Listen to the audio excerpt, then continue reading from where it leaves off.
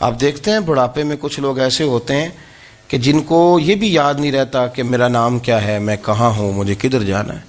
تو اس وقت سے اللہ کی پناہ مانگیں اور اپنی نظر اپنے رب کریم کی جانب رکھیں. علم کے بعد ایک چیز آتی ہے جس کا نام ہے ہدایت.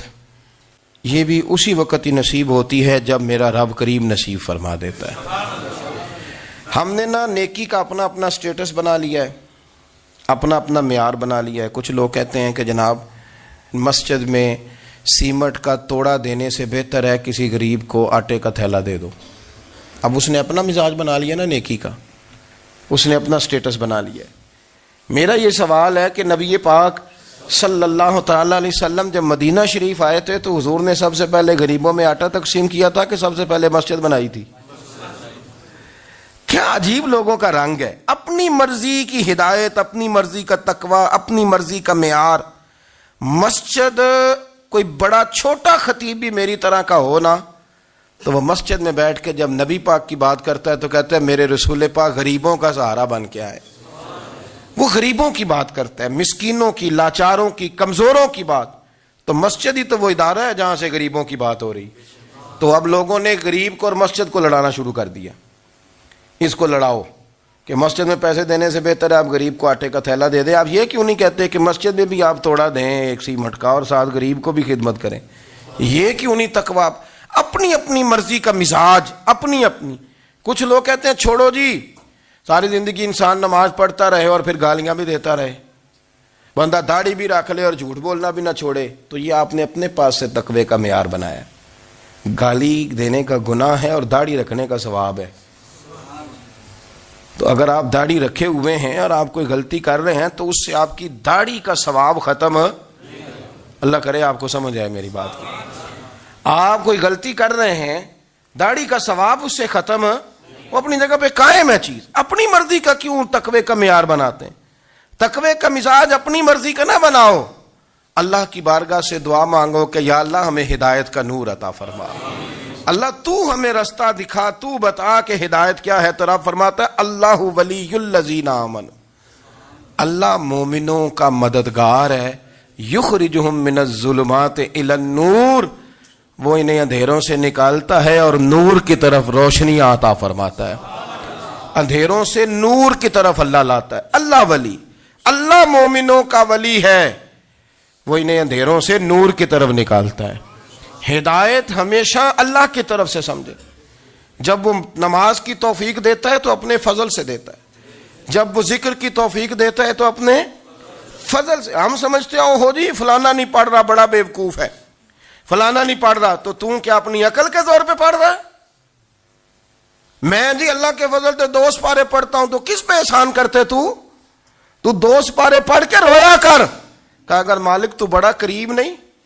بڑے لوگ ہیں جن کو پورا قرآن حفظ ہے پر انہیں پڑھنے کی توفیق نہیں، تو انہیں فضل کیا اور مجھے توفیق دے دی ہے پڑھنے کی. رویا کر، پڑھ کے رویا کر. راتی ساری کر کر زاری، او نیند اکھاں تھی توندے تے فجرے اوہی گناہگار کہاون سب تو نیوے ہوندے. مہربانی کریں، ڈریں، نیکی کریں تو پھر ڈریں، پھر احساس پیدا کریں، پھر اپنے اندر وہ کمزوری لائیں. کہیں توبہ توبہ، مجھے تو پتہ ہی نہیں، تو جانتا ہی نہیں. حضرت سیدنا امام اعظم ابو حنیفہ رحمۃ اللہ تعالی علیہ کے ساتھ ایک شخص کہتا میں نے نماز پڑھی تو عشاء کی نماز تھی. یہ جو لوگ بڑے ہوتے ہیں نا، جن کے پیار کرنے والے بڑے ہوتے ہیں، ان کے گرد خوف بھی بڑا ہی ہوتا ہے. انہیں بڑا ڈر لگتا ہے، بڑی بعض اوقات آزمائش ہوتی ہے ان کی. عشاء کی نماز کہتے پڑھی تو امام صاحب نے نا عشاء کی نماز میں تلاوت کی آیتیں فَمَن يَعْمَلْ مِثْقَالَ ذَرَّةٍ خَيْرًا يَرَهُ وَمَن يَعْمَلْ مِثْقَالَ ذَرَّةٍ شَرًّا يَرَهُ. فرمایا جو ذرہ برابر خیر کرے گا وہ بھی قیامت میں دیکھے گا، اور جو ذرہ برابر شر کرے گا وہ بھی قیامت میں اس شر کو دیکھے گا، اس کے سامنے آئے گا. تو وہ شخص کہتا ہے کہ سارے لوگ نماز پڑھ کے چلے گئے تو امام صاحب رحمۃ اللہ علیہ نے اپنی داڑھی پکڑی، رو رہے ہیں. کہتے ہیں وہ ذرہ برابر نیکی کا بدلہ دینے والے، وہ ذرہ برابر شر پہ سزا دینے والے میری سفید داڑھی کو دیکھ. مالک میرے ذرے ذرے سامنے نہ لانا. لوگ تو میری بڑی قدر کرتے ہیں دنیا، میں تو بڑا پہچانا جاتا ہوں. لوگ تو میری راہوں میں پھول لیے کھڑے ہوتے ہیں، مجھے بڑا نوازتے ہیں. قیامت میں رسوا نہ کر دینا، میرے لیے مشکل ہو جائے گی۔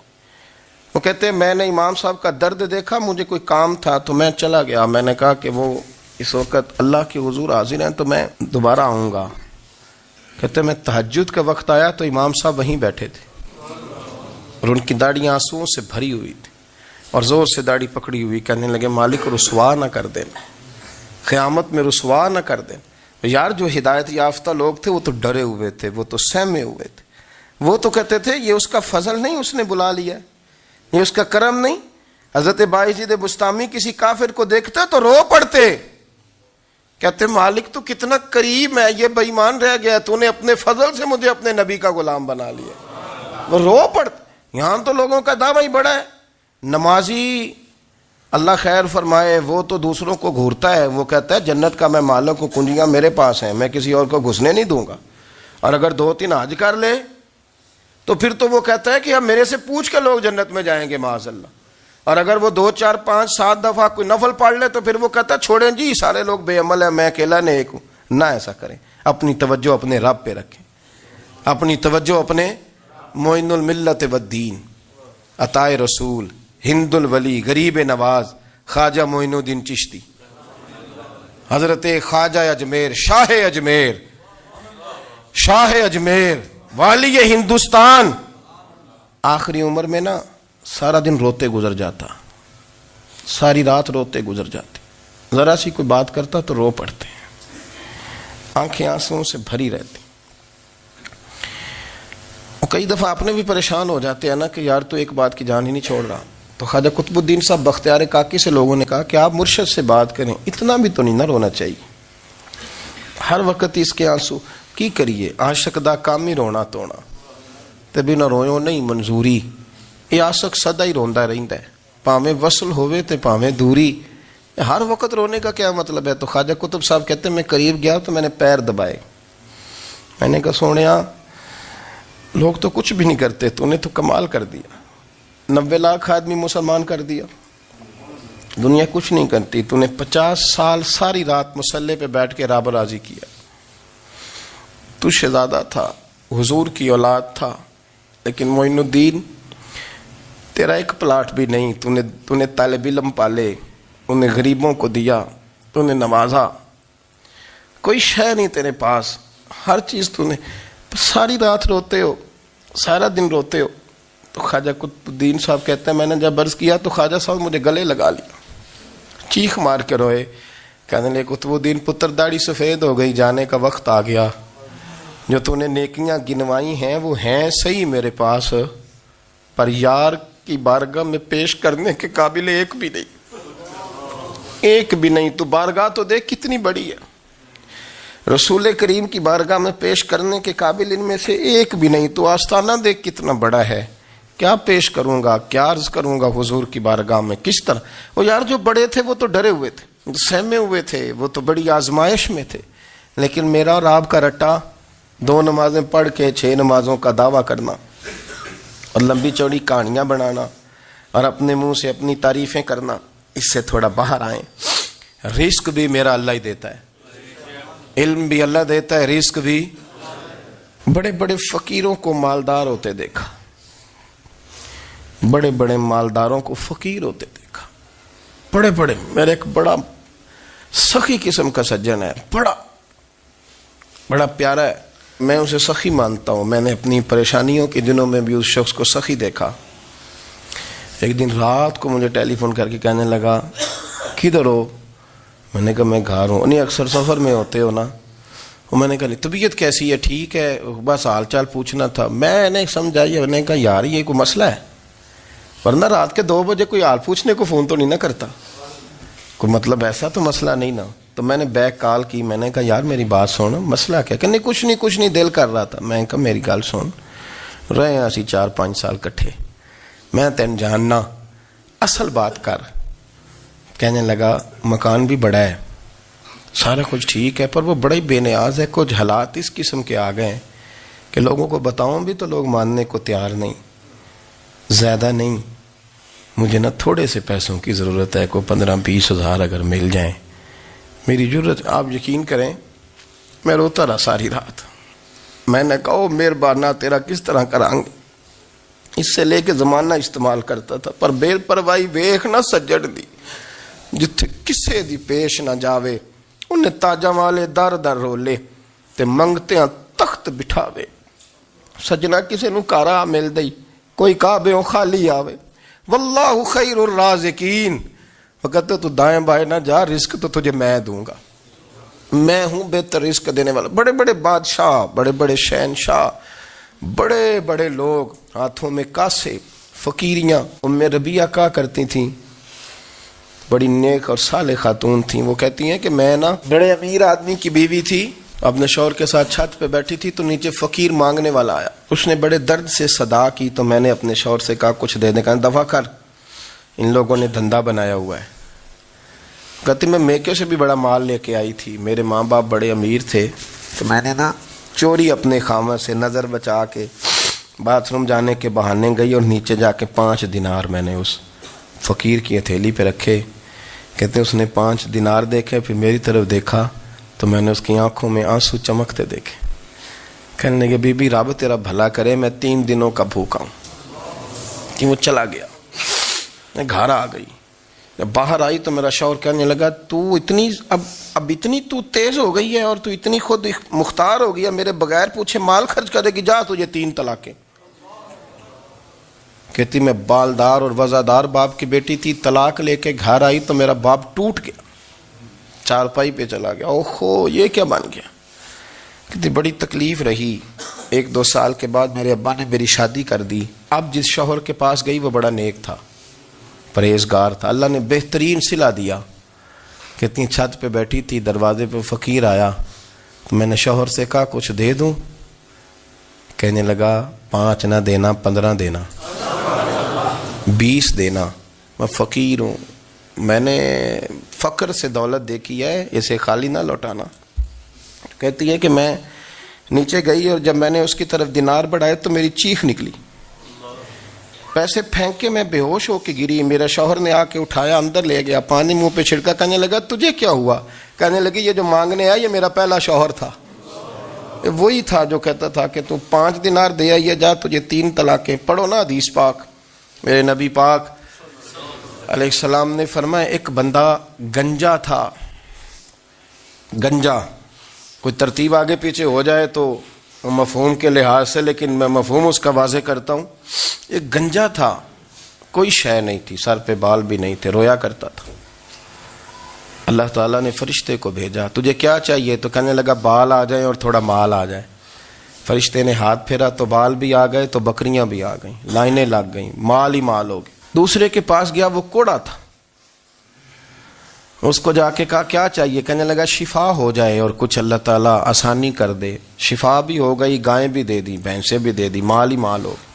پھر ایک کے پاس گیا، وہ اندھا تھا، تجھے کیا چاہیے؟ اس نے کہا آنکھیں مل جائیں اور کچھ ساتھ اللہ مال دے دے۔ اونٹ ہی اونٹ ہو گئے۔ جب بڑا نواز دیا تو پھر مالک نے امتحان لینے کا ارادہ کیا، یاری تیری سونا ہے پر آزمائشاں بھی تیریاں اگ، آزمائشاں تیریاں، صحیح کہہ رہا ہوں، آزمائشاں تیریاں، یاری تیری سونا ہے پر آزمائشاں تیریاں، اے سونا پرکھیا جامدہ ہی پہلو نال لگاں دے لگ۔ اللہ نے فرمایا آزمائش کرو۔ سب سے پہلے گنجے کے پاس آئے، اسے کہا اللہ کے رستے میں کچھ دیکھا نہیں لگا، میرے خرچے ہی بڑے، دیکھو تو صحیح کتنی مشکل میں وقت گزارتا ہوں، حال ہی کوئی نہیں۔ تو اس نے کہا میں نے تو سنا ہے تو گنجا اور بھوکا ننگا تھا۔ کہنے لگا میں تو جدی پشتی رئیس اعظم ہوں، تو یہ کس پاگل نے کہا ہے بھاگ جا؟ اس نے کہا اچھا جیسے تو تھا ویسے ہی ہو جائے۔ کھیت کھلیان اجڑ گئے، پھر سے گنجا ہو گیا۔ حضور علیہ السلام فرمانے لگے، پھر وہ اس کے پاس گیا جو کوڑا تھا، اسے کہا کچھ دے، کہنے لگا خرچے ہی بڑے۔ اب پوچھ لیں کسی امیر آدمی سے، کہے گا چکی کے نیچے ہاتھ ہے میرا، میرے سے زیادہ تو اب پریشان بندہ ہی کوئی نہیں، کیا بتاؤں آپ کو، اتنا ٹیکس ہے، اتنا جرمانہ ہے، فلانی شے، بڑا کچھ گنواتے ہیں لوگ۔ اس نے کہا میں نے تو سنا تو پہلے کوڑا تھا۔ اس نے کہا جا دوڑ جا، میں تو رئیس اعظم ہوں، دادا بھی پردادا بھی اور ساری نسل ہی۔ اس نے کہا اچھا جیسے تو تھا ویسے ہی ہو جائے۔ پھر وہ گیا اندھے کے پاس اور جا کے کہا اللہ کے نام پہ کچھ دے۔ تو کہنے لگا رب کے نام پہ؟ یہ کھڑے ہیں اونٹ، جتنے تیرے دل کرے لے جا۔ اس نے کہا کیا معنی اس بات کا؟ کہنے لگا یار تجھے کیا بتاؤں، میں تو اندھا تھا، میں نے تو کبھی دنیا دیکھی نہیں تھی، پھر اس کریم نے فضل کیا تو مجھے بڑا کچھ دکھایا، میں کیا بتاؤں، میرا دل کر رہا ہے کہہ دوں کہ پھر اس نے کعبہ دکھایا، پھر اس نے روضہ رسول دکھایا، پھر اس نے ریاض الجنہ کے سجدے دکھائے، پھر اس نے اپنے محبوب کے دروازے کی رونقیں دکھائیں، اس نے بڑا کچھ دیا، اس نے بڑا نوازا۔ میرے پاس تو شاید میں بدکار پرانا خادم، کسے در ملی نہ ٹوئی، اے واصف یار نے نظر جو کی تھی، پھر واصف ہی ہوئی، یہ تو اس کا کرم ہوا۔ تو یہ وہ کہنے لگا تو اللہ کے نام پہ جان مانگ، میں وہ بھی دینے کو تیار، میرے پاس تو شے کوئی نہیں تھی، مجھے تو اپنا پتہ ہے، میں تو کوئی شے نہیں تھا، کچھ نہیں تھا میرے پاس، یہ تو ان کا کرم ہے کہ رخ ان کا ادھر ہے، اور مختصر سی میری کہانی ہے، یہ جو بھی ہے ان کی مہربانی ہے۔ تو وہ کہنے لگا میں بھی کچھ لینے نہیں آیا تھا، تیری آزمائش ہی کرنے آیا تھا، تیری عزتیں بھی سلامت رہیں گی، تیرا مال بھی سلامت رہے گا، تیری شفا بھی۔ اپنی زندگی میں کبھی بھی اللہ کی بارگاہ سے توجہ ادھر ادھر نہ کریں، چھوڑیں لوگ کیا کر رہے ہیں، دنیا کیا کہہ رہی، کبھی بھی اپنی توجہ دائیں۔ ہمارا یہ مسئلہ بن گیا کہ ہماری سیاست ہے، ہماری دنیا داری ہے، ہم بندوں کو راضی کرنا چاہتے ہیں، ہم دیکھتے ہیں کون کس طرح، اور آپ یقین کریں آپ تھک جائیں گے، بندے راضی نہیں ہوں گے، وہ نہیں راضی ہوتے، آپ ان کو منا کے لائیں گے تو ادھر والے نکل جائیں گے، ادھر کو منائیں گے تو ادھر والے نکل جائیں گے۔ اس چکر سے باہر آئیں، اس رب کو راضی کریں جو فرماتا ہے ان الذین آمنوا وعملوا الصالحات سیجعل لهم الرحمن ودا۔ فرمایا تو ایمان لانے کے بعد نیک عمل کر، میں لوگوں کے دلوں میں تیری محبت پیدا کر دوں۔ رحمان لوگوں کے دلوں میں محبت ڈال دے گا، اللہ لوگوں کے دلوں میں۔ اپنی نظر ہمیشہ اپنے رب پہ رکھیں، اتنی لمبی چوڑی دنیا داروں سے امیدیں نہ وابستہ کریں۔ میں نے دیکھا ہے لوگ کا سال ایسی کرتے ہیں، کبھی اس کے دروازے پہ کبھی اس کے دروازے پہ، ان چکروں سے باہر آئیں اور اپنے رب کی بارگاہ کی طرف توجہ کریں، استغفار شوق سے پڑھا کریں، اور اکیلے میں نا، اکیلے میں حضرت رئیس المتکلمین مولانا نقی علی خان صاحب رحمۃ اللہ نے لکھا ہے کہ فرعون 500 سال حکومت کر گیا، یہاں تو 5 سال کی حکومت کی پیر لڑکھڑاتے ہیں، 500 سال۔ فرماتے اصل وجہ یہ تھی کہ دنیا جب سو جاتی تھی نا تو اوپر چادر لے کے تو مصلے پہ بیٹھ جاتا تھا اور ہاتھ باندھ کے کہتا تھا رب تو ہی ہے، میرا پردہ نہ کھولنا، مالک تو ہی ہے، کرم نوازی کرنا، میری پکڑ نہ کرنا۔ وہ بے ایمان ہو کے اگر 500 سال ہاتھ باندھے تو گزارا کر لیتا ہے، تو ایماندار ہے، پر مسئلہ یہ ہے کہ تو رات کو بکل مار کے ہاتھ نہیں نہ باندھتا، تو منت نہیں کرتا، تو استغفار نہیں کرتا۔ توبہ کریں تو بچے رہیں۔ وہ اتنی لمبی حکومت کر گیا چونکہ رات کو کہتا تھا مالک رب تو ہی ہے، لیکن مہربانی فرما، میری پکڑ نہ فرما، تو اللہ نے تو اس کو مہلت دے دی۔